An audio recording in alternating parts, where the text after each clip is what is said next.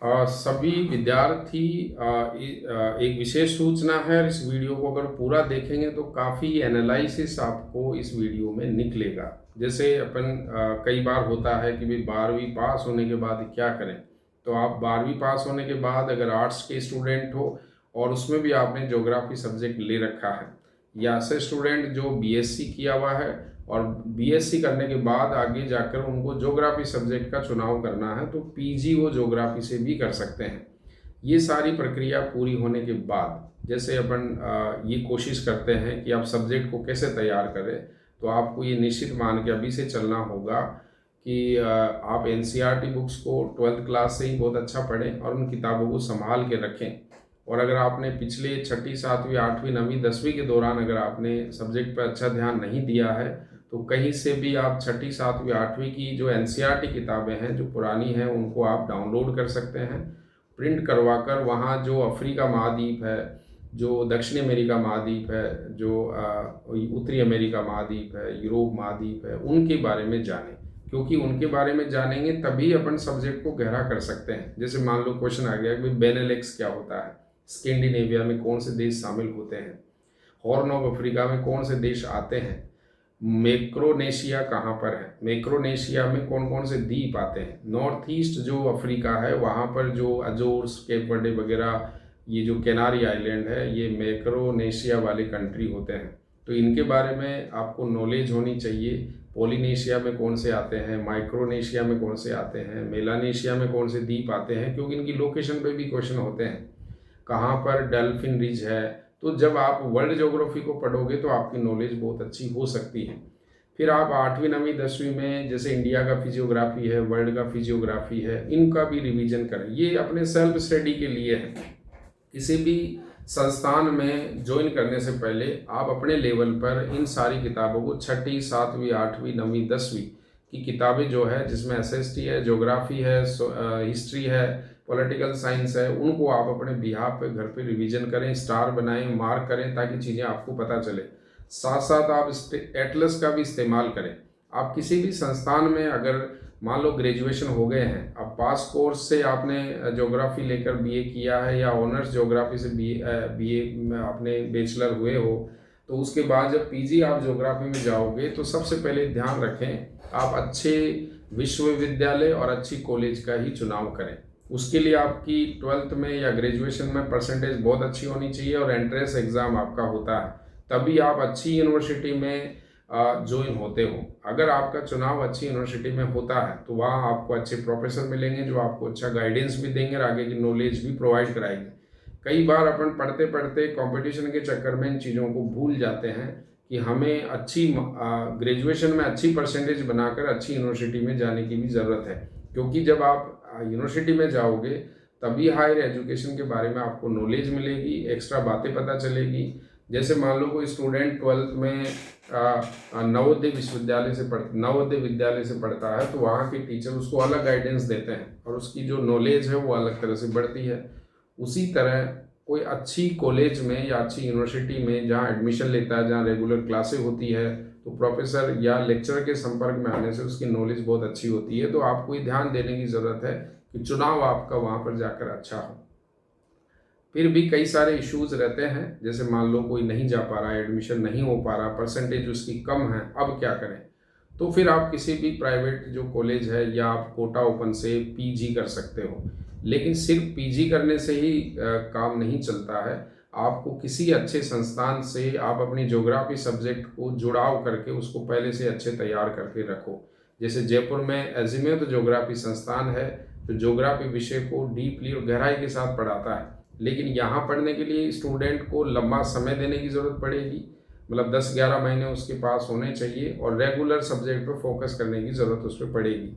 यहाँ डॉक्टर श्री राम कांगस जो रेगुलर आपकी क्लास लेंगे, उसमें क्वेश्चन का प्रैक्टिस भी साथ साथ कराएंगे, चैप्टरों को अच्छे से समझेंगे, टॉपिक आपका डिटेल में समझ में आएगा। नेट के सिलेबस के, असिस्टेंट प्रोफेसर के सिलेबस के सारे टॉपिक वहाँ डिस्कशन किए जाते हैं, नोट्स भी प्रोवाइड होते हैं। ऐसे स्टूडेंट जो पहले से थोड़ा प्रिपरेशन करना चाहें तो एजिमुथ ज्योग्राफी संस्थान का एक नोट्स किट आता है, चाहे वो असिस्टेंट प्रोफेसर का हो या नेट का हो, और एक स्कूल लेक्चर का अलग से नोट्स किट भी आता है।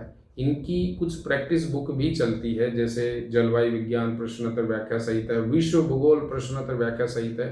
जैसे एनसीईआरटी से आप 6ठी 7वीं 8वीं में जब महाद्वीपों को पढ़ रहे होते हो तो उस दौरान विश्व भूगोल जो प्रश्नोत्तर व्याख्या सहित की जो किताब है उसके ऑब्जेक्टिव क्वेश्चन को आप सोल्व कर सकते हो, क्योंकि वहाँ और जो 4 ऑप्शन है उसको एक्सप्लेन किया गया है, तो आप एज ए रिविजन आपका बहुत अच्छा होगा। अब आप जब पढ़ने के बाद जब एमए कर रहे होते हो तो ऐसा नहीं कि सिर्फ आपको डिग्री लेना है, एमए के दौरान ही आप अपने सब्जेक्ट की गहराई पकड़ को बहुत अच्छे तैयार रखो। अगर आप नेट जेआरएफ का एग्ज़ाम दे रहे हो तो नेट जेआरएफ में फर्स्ट पेपर भी आता है, तो फर्स्ट पेपर के लिए कुछ किताबें आती है, जैसे केएस मदान की किताब आती है, उसको पहले से ही पढ़ो। और कई सारे ऑनलाइन अगर कोई क्लास हो रही है तो आप 2 घंटे 2.5 घंटे की ऑनलाइन क्लास के साथ उस फर्स्ट पेपर को अच्छे से तैयार करो। और ज्योग्राफी सब्जेक्ट को आप डीपली स्टडी करो, ऐसे पढ़ो कि आप असिस्टेंट प्रोफेसर में भी जाओगे तो वो पढ़ा हुआ नॉलेज ही आपके आगे काम आए। जब आप इंटरव्यू देने जाओगे तो सब्जेक्ट का नॉलेज आपका बेहतर होना चाहिए, तो आप उसको जल्दबाजी नहीं करें। ऐसा नहीं कि 3-4 महीने में या घर बैठे ऑनलाइन क्लास आपकी बेहतर हो सकती है। अगर वास्तव में आप असिस्टेंट प्रोफेसर बन रहे हो, आपको पता है सैलरी भी उसकी अच्छी होती है, लिविंग स्टैंडर्ड ठीक रहता है, नॉलेज और अच्छे लोगों के साथ आप उसमें शामिल होते हो, तो आपको उसके लिए बेहतर आपको तैयारी करने की आवश्यकता होती है। तो जो भी स्टूडेंट है वो जो सोच रहा है अपनी प्लानिंग को बेहतर करे। और जैसे स्कूल अगर आपने पीजी के साथ बीएड कर रखा है तो आप स्कूल व्याख्याता की भी तैयारी कर सकते हो, लेकिन आजकल जो स्कूल व्याख्याता का जो पेपर है वो भी फैक्ट नहीं आता, कॉन्सेप्चुअल आता है, तो आपको उसकी भी डीपली नॉलेज होनी चाहिए। जब आप डीपली नॉलेज रखोगे तभी आपका सब्जेक्ट अच्छा होगा, नहीं तो 2-3-4 साल 5 साल 10 साल तक अपन कंटिन्यू एग्जाम देते जाएंगे और रिजल्ट अपन को मिलेगा नहीं। कई सारे ऐसे स्टूडेंट इंक्वायरी के लिए आते हैं, किसी ने 2018 में पीजी किया है, 26 चल रहा भी, उसका कहीं भी सिलेक्शन नहीं हुआ। हो सकता है वो शॉर्ट नोट्स पढ़ रहा हो सकता है वो शॉर्ट क्लासें ले रहा हो, सब्जेक्ट का डीपली नॉलेज नहीं लिया हो। कई बार ऐसा लगता है कि पढ़ लेते हो सकता है हो ही जाए, तो ऐसे प्रोसेस नहीं होता है। कई बार ऐसा लगता है कि मैं तो 2 नंबर से रहा था, अब अगली बार तो हो ही जाएगा, लेकिन ऐसा भी नहीं होता। अगली बार का पेपर स्टैंडर्ड क्या है, आपके कंपटीशन में नए बच्चे कितने आए हैं, पुरानों ने कितना और ज़्यादा रिवीजन शेड्यूल बहुत अच्छा कर लिया है, ये बहुत सारी चीज़ें वहाँ पर होती हैं। तो आपको जैसे आप किसी संस्थान में पढ़ भी रहे हो तो ये निश्चित माने कि अगर आपने पहले 1 वीक सीरीज से पढ़ाई की है ग्रेजुएशन में भी और पोस्ट ग्रेजुएशन में भी, और आप नहीं जानते कि कौन सी ऑथेंटिक बुक्स है, तो आपको ऑथेंटिक बुक्स के बारे में भी जानने की ज़रूरत है। वहाँ आपको पूछना चाहिए कि भाई कौन कौन से यूनिट की कौन कौन सी ऑथेंटिक बुक आती है जो पीजी और ग्रेजुएशन लेवल पर चलती है, ताकि हम क्लास के साथ साथ एक्स्ट्रा घर पे उनको भी पढ़ सकें। और सबसे पहले जब आप किसी भी संस्थान में स्कूल व्याख्याता की जब तैयारी करने जाओ तो सबसे पहले वर्ल्ड ज्योग्राफी आपकी बहुत स्ट्रांग होनी चाहिए। अगर आप वर्ल्ड ज्योग्राफी बहुत अच्छे से पढ़ लेते हो तो 30-40 क्वेश्चन तो आपके वर्ल्ड ज्योग्राफी से ही कवर हो जाते हैं। अजीमुथ ज्योग्राफी संस्थान जो है जयपुर में, इवनिंग के टाइम में अलग से विश्व भूगोल की अलग से क्लासें लगाता है। यहाँ पर आरएएस और आईएएस के स्कूल व्याख्याता कॉलेज लेक्चर के जो स्टूडेंट होते हैं वो इस वर्ल्ड ज्योग्राफी की क्लास में भाग लेते हैं। वहाँ उनको मानचित्र बनाना आता है और वर्ल्ड के एक महाद्वीप आज उसकी नॉलेज होती है। मतलब जैसे अपन कोई काम कर रहे हैं, मान लो कोई इंजीनियर बन रहा है, कोई जिम ट्रेनर बनना चाह रहा है, कोई जैसे मैकेनिक बनना चाह रहा है, ज्योग्राफी टीचर बनना, ज्योग्राफी वाला ज्योग्राफी टीचर बनना चाह रहा है, तो एक जिम ट्रेनर तभी बनेगा जब उसको ये फील हो जाएगा कि मैं ट्रेनिंग देने वाला आदमी हूँ, मैं ट्रेनिंग दे सकता हूँ लोगों को, ये पहले सोचेगा। तो जब वो किसी जगह जिम करने जाएगा तो पहले वो ट्रेनिंग लेने का भी शेड्यूल सेट करेगा अपने माइंड में, तभी जाके वो ट्रेनिंग दे सकता है। उसी तरह अगर कोई ज्योग्राफी स्टूडेंट ज्योग्राफी टीचर बनना चाह रहा है, असिस्टेंट प्रोफेसर बनना चाह रहा है, तो उसको ये फील पहले करने की आवश्यकता है कि मैं टीचर बनने जा रहा हूँ, तो मुझे सारा नॉलेज पहले होना चाहिए। छोटी छोटी जो ABCD स्टार्टिंग है वो अच्छी होनी चाहिए। जैसे ज्योग्राफी में मैप की बहुत ज़्यादा ज़रूरत होती है, तो आपको मैप बनाना आना चाहिए, मैप का लेआउट बनाना आना चाहिए, मैप में जो फॉन्ट और स्टेट अपन किसी भी जगह के नाम लिखते हैं तो वो आना चाहिए। कोई भी धरातल की इंफॉर्मेशन को जब मैप में अपन दिखाते हैं तो किस इंफॉर्मेशन को कैसे दिखाते हैं ये पता होना चाहिए। भाई आपको जैसे भारत का नक्शा है उसमें आपको कानपुर, लखनऊ और जैसे लद्दाख इनकी लोकेशन दिखानी हो, जैसलमेर की लोकेशन दिखानी हो, जैसे डिंडीगुल की लोकेशन दिखानी हो, ये ऐसे शहरों की जब लोकेशन दिखानी हो तो आप नक्शे में कैसे दिखाओगे। आपको 2-4 झीलों की लोकेशन दिखानी हो तो ये कैसे दिखाओगे, किस पैटर्न से दिखाओगे। आपको नहर, नदी, रेल मार्ग, सड़क मार्ग, वायु मार्ग दिखाना हो तो ये कैसे दिखाओगे, ये पता होना चाहिए। उससे उसका जो लेआउट है, नक्शे का जो लेआउट होता है, चौखटा जो होता है, उसमें इंडेक्स किधर होंगे, नॉर्थ किधर लगाएंगे, उसकी national, international, state level, district level की बाउंड्री के चिन्ह क्या होते हैं, इंडेक्स कहाँ लगे होते हैं, ये सारी चीज़ें आपको प्रैक्टिकल में मिलती है। आपको टोपोग्राफिकल शीट आपने पढ़ी होगी, स्थलाकृतिक जो मानचित्र 12वीं या 11वीं क्लास में पढ़ाते हैं, पोस्ट ग्रेजुएशन में भी इसको पढ़ाया जाता है। तो ये सारी चीज़ें आपको बहुत ज़्यादा ज़रूरी है। मैं ये इसलिए आपको कह रहा हूँ कि कई बार क्या होता है कि अपन ने 12वीं कर ली, बीए कर ली, एमए कर लिया और 1 वीक सीरीज से आपने पढ़ाई कर ली। अब उसके बाद आप कह रहे हो लेक्चर बनना है मुझे, तो आपका तो बेसिक ही नॉलेज नहीं है। अब लेक्चर आप बन रहे हो तो जिन बच्चों को पढ़ाओगे उनके लिए क्या नॉलेज हुआ, वो कोई क्वेश्चन भी पूछेंगे तो आप कैसे डिवाइड करोगे। मान लो आप क्लास में पढ़ा रहे हो, पूछे कि बोत्सवाना कहाँ पर है, गबरूनी कहाँ पर है, कासाब्लांका सिटी कहाँ पर है, मियामी शहर कहाँ पर है, ठीक है ना, पान अमेरिकन हाईवे कहाँ से जाता है, ओरिएंटल एक्सप्रेस हाईवे कहाँ से जाता है, ठीक है, ये सूड दलदल कहाँ पर है, ये दक्षिणी अमेरिका में कौन से हॉट स्पॉट आते हैं, ये बहुत सारी पेंटानल दलदल कहाँ पर है, कौन सी नदी दुनिया की ऐसी है इंपॉर्टेंट जो आंतरिक डेल्टा ही बनाती है, दुनिया का बहुत बड़ा इनर डेल्टा बनाती है, महाद्वीप के अंदर ही वो दुनिया की सबसे बड़ी नदी कौन सी है।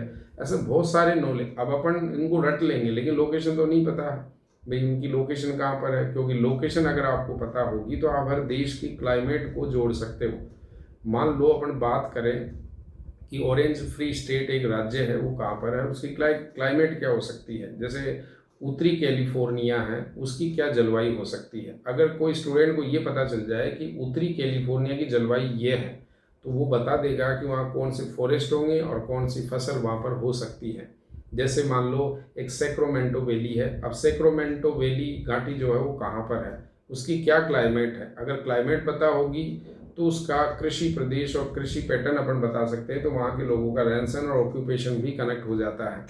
तो इसी तरह वर्ल्ड ज्योग्राफी का नॉलेज, किसी भी संस्थान में आप पढ़ो सबसे पहले वर्ल्ड ज्योग्राफी पढ़ना अनिवार्य है। या तो आप पहले घर पे उसको पढ़ के जाओ, 6ठी 7वीं 8वीं की जो एनसीईआरटी क्लास किताबें आती है या पहले आती थी, उसमें हर महाद्वीप का डिटेल वर्णन था।